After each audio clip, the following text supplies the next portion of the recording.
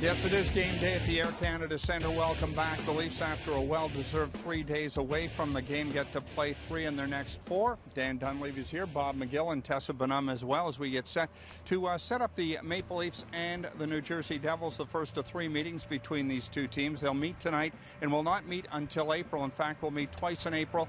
One game here at the Air Canada Centre, once more at the Prudential Center in Newark, New Jersey, and we're looking forward to all 3 of these games. It's not going to be easy, guys. The big story tonight is the fact that Martin Brodeur again will not play. The veteran Johan Hedberg has taken his place, but the Devils have lost 4 consecutive games without Martin in the lineup. This is something the Leafs are going to have to and hope to capitalize on here tonight. Yeah, I was just going through stats for the game on the radio tonight, trying to find somebody who's hot for New Jersey, and there really isn't. I mean, Bernier's got 2 goals in 3 games, and everybody else is stone cold right now for the Devils. So obviously he's their leader back there, and they've missed him for the last few games, and he was playing well to start the season for New Jersey. We've seen a couple of teams. I know in the West, San Jose got off to a great start, then they fell down and had their stub of the toe, if you will, and everyone wonders what should you do in San Jose, and now New Jersey's having that same situation. So when you look at what the Leafs have managed to do this year, one of the more consistent teams, it makes things look even better here for the blue and white right now, instead of going peaks and valleys. Yeah, and Bob, finding a way to get it going early on here against New Jersey after, I mean, I know they've skated a couple of days, but it's like coming off a long road trip. Here you are, first game at home, and trying to get back on track on home ice and doing what they've done for the better part of the last 2 weeks in this building. Well, I think they'll be okay, Paul, and you know what, I think it was a much-needed break in the schedule for this hockey club. A couple of days to rest the weary bones a little bit and get prepared for this game here. And, as you said, the Devils struggling. They've only got 1 victory in their last 7 hockey games.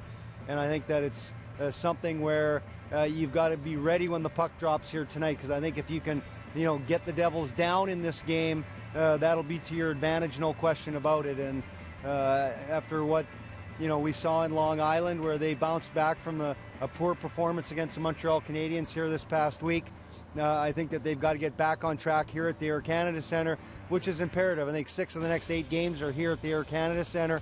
You want to kick that stretch off here with a lot of home games with a victory. Yes, as well, in terms of what New Jersey's going to bring at these guys, are always a tough defensive club to play against.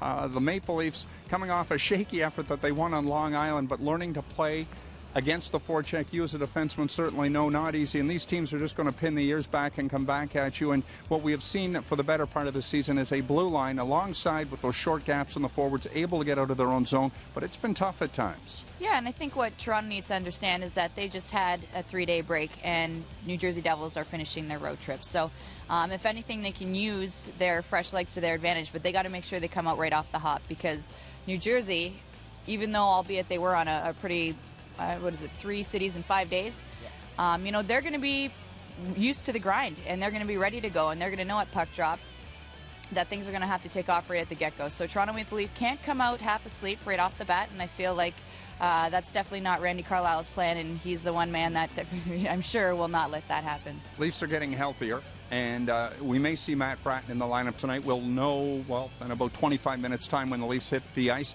Joffrey Lupul's on the ice, as has been the norm the last couple of weeks, skating on his own. Had x-rays of his arm last week. It's healing. It's not completely healed yet. The prognosis was back on January 24th when he broke it in Pittsburgh was that he was going to be 6 to 8 weeks away, and it's looking like it's going to be closer to 8 weeks away, Bob, and might as well get him healthy and not risk anything. Well, you're right, Paul, and I think that with the forearm too, I mean, it's an injury where if Joffrey Lupul can't shoot the puck, it's a difficult thing, because that's one of his big attributes for his game, is the way he does fire the puck, and battling in corners. Battling in the corners and pushing and finding some room for yourself, so important. And again, injuries, when you get them at this in a shortened season like this, you want to make sure that you take care of business and get it looked after properly, because you don't want it to come back and end up hurting it because he came back too quickly.